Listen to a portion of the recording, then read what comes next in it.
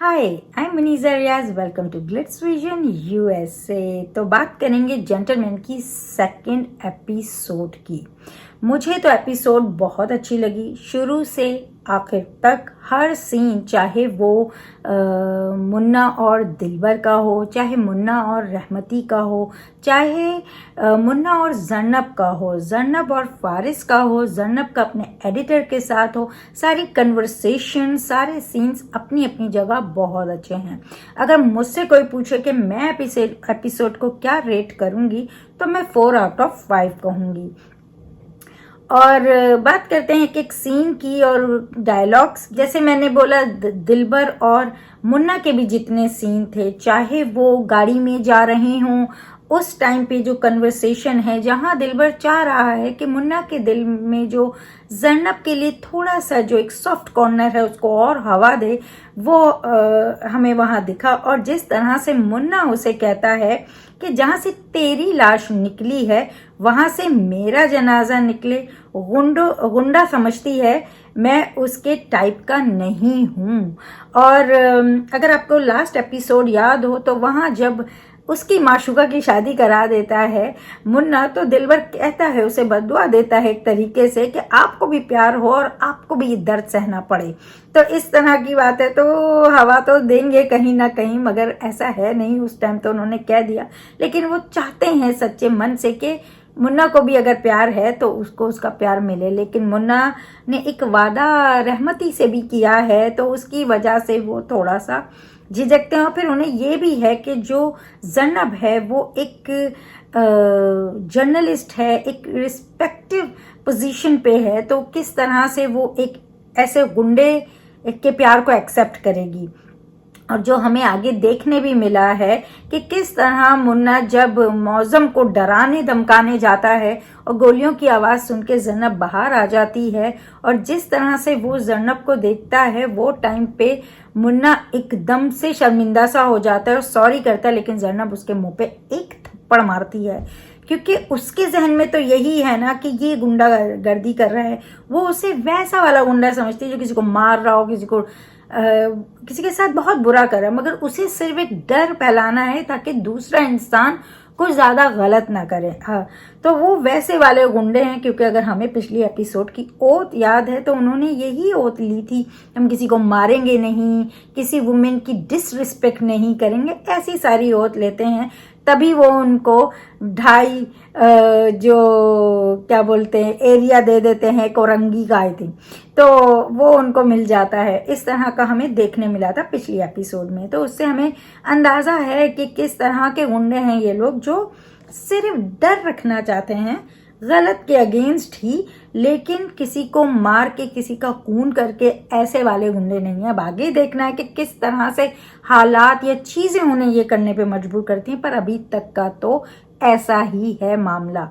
और जहाँ तक जर्नब की बात है, जर्नब की जो उनके एडिटर के साथ कन्वर्सेशन थी, उसमें भी हमने देखा कि वो नहीं चाहती है कि किसी के कहने से वो कुछ करे, स्क्रिप्टेड लाइंस नहीं बोलना चाहती है, पढ़ना चाहती, क्योंकि कोई और आके उसे बोले उसको इस तरह का जर्नलिस्ट बनना है, इस तरह की रिपोर्टिंग करनी है, तो उसे वो नहीं चाहिए। उसे जो गलत लग रहा है, उसे जो जिस तरह की वो सच के साथ है, सही के साथ है, वो उसके हिसाब से बोलना चाहती है और काम करना चाहती है। तो कन्वर्सेशन में एंड में उनके बॉस मान भी जाते हैं, जो एडिटर होते हैं, और उनका साथ देने तैयार हो जाते हैं, क्योंकि वो गलत माशरे, गलत सिस्टम के अगेंस्ट है। और जहाँ तक मुल्क को सर्व करने की बात है, हमने ये डायलॉग टीजर में भी सुना था, जहाँ वो बोलती हैं कि मुल्क ने भी तो हमें इतना कुछ दिया है, तो उसकी सर्व करने की क्या, कि मतलब उसकी सर्व करने का क्या है। अगर हम चैनल के देने से कि वो तनख्वाह देते हैं ऐसा करें, तो मुल्क ने भी बहुत कुछ दिया है। तो वही डायलॉग हमें एपिसोड में भी सुनने मिला।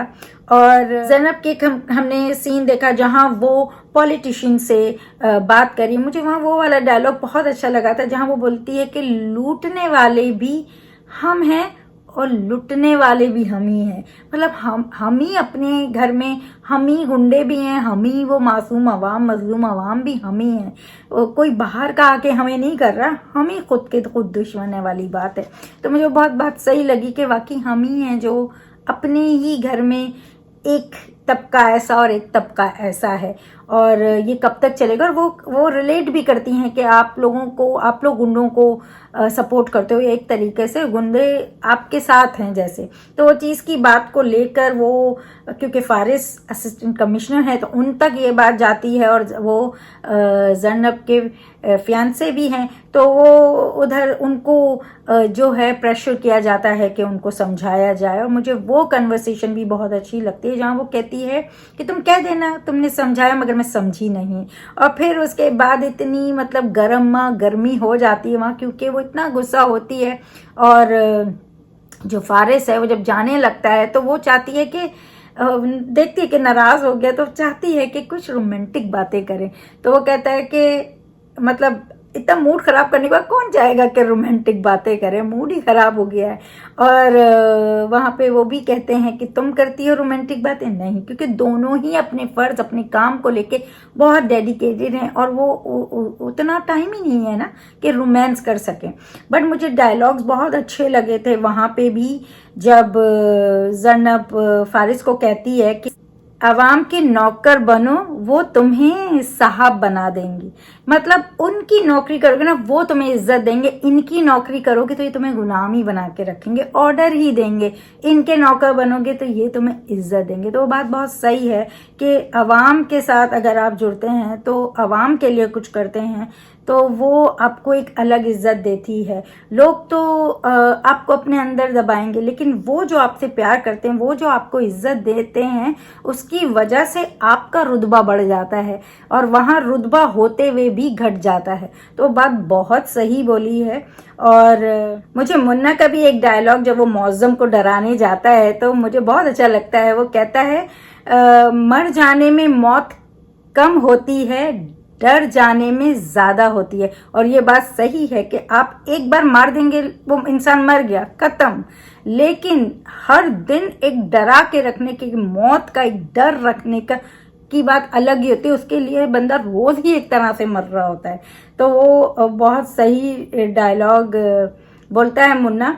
और मुझे बड़ा ही बुरा लगा था जब मुन्ना को एक जोरदार थप्पड़ पड़ा था, क्योंकि हम जानते हैं कि मुन्ना ऐसे ज़रनब की कितनी रिस्पेक्ट करता है, और इतना कि वो चाहता है, वो रहमती से कहता भी है कि मैं चाहता हूँ कि ये प्रोफेशन ही चेंज कर ले, क्योंकि यहाँ रिस्पेक्ट नहीं है, यहाँ कोई लड़की प्यार नहीं करती है, कोई बाप रिश्ता लेके नहीं आता है।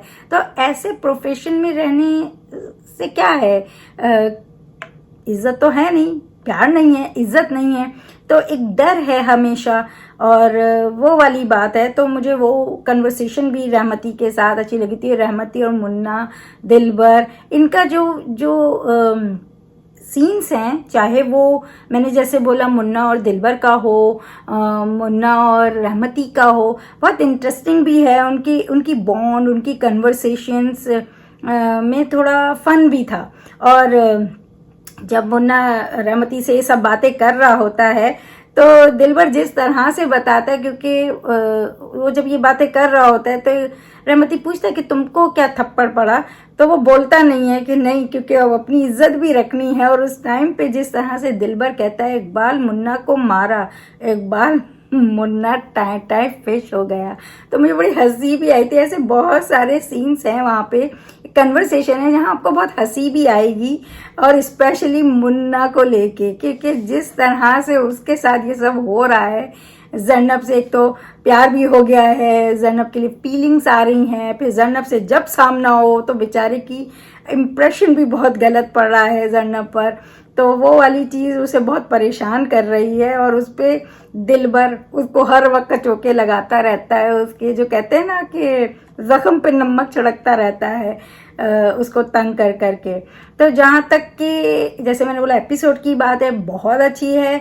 हुमायूं सईद, अदनान सिद्दीकी, यमुना जैदी, साकिब समीर, अहमद अली भट्ट, जाहिद अहमद, सब बहुत ज़बरदस्त सबकी परफॉर्मेंसेस थी। ये जो साकिब समीर है, जब इनका एक सीन था मिनिस्टर के साथ वाला, तो मैं वहाँ उन्हें जब देख रही थी, इस कदर बेहतरीन आर्टिस्ट हैं, जिस तरह की मतलब हर रूप में हमने उन्हें देखा है, चाहे पहले बख्तावर में देखा हो, चाहे हमने काबुली पुलाव में देखा हो, चाहे कोई उनके फ़नी ड्रामाज जो हैं मैंने पास में जो भी देखे हैं उनमें देखा हो, किसी भी करैक्टर में देखा, चौधरी एंड सन्स में देखा हो, या अभी हम देख रहे हैं, हर एक के किरदार को जिस तरह से निभाते हैं बहुत बेहतरीन तरीके से। तो ये सारे बड़े ब्रिलियंट आर्टिस्ट हैं और वो इनके काम में वहाँ दिख रहा है, और एक इतना बेहतरीन है। जहाँ तक एपिसोड में मुझे सबसे ज़्यादा मज़ा आया देखने, वो है मुन्ना हुमायूं सईद को। क्यों? क्योंकि हुमायूं सईद का करैक्टर जो ऐसा बनाया है ना, जहाँ वो अभी तक के गुंडा भी है, प्यारा भी है मन का, इस तरह से। तो एनीवेज एपिसोड अच्छी थी, अगर आपने नहीं देखी तो ज़रूर देखें, gentleman on green entertainment channel. और ये वैसे एवरी संडे आता है 8 PM पाकिस्तान स्टैंडर्ड टाइम पे। तो बहुत अच्छा लगा, मज़ा आया देखने में। और अगर आपको मेरा ये रिव्यू अच्छा लगा हो तो प्लीज़ वीडियो को लाइक करें, चैनल को सब्सक्राइब करें और बेल आइकन को क्लिक करके रखें, ताकि नेक्स्ट टाइम जब मैं वीडियो अपलोड करूं तो आपको नोटिफिकेशन आ जाए। Take care, bye bye.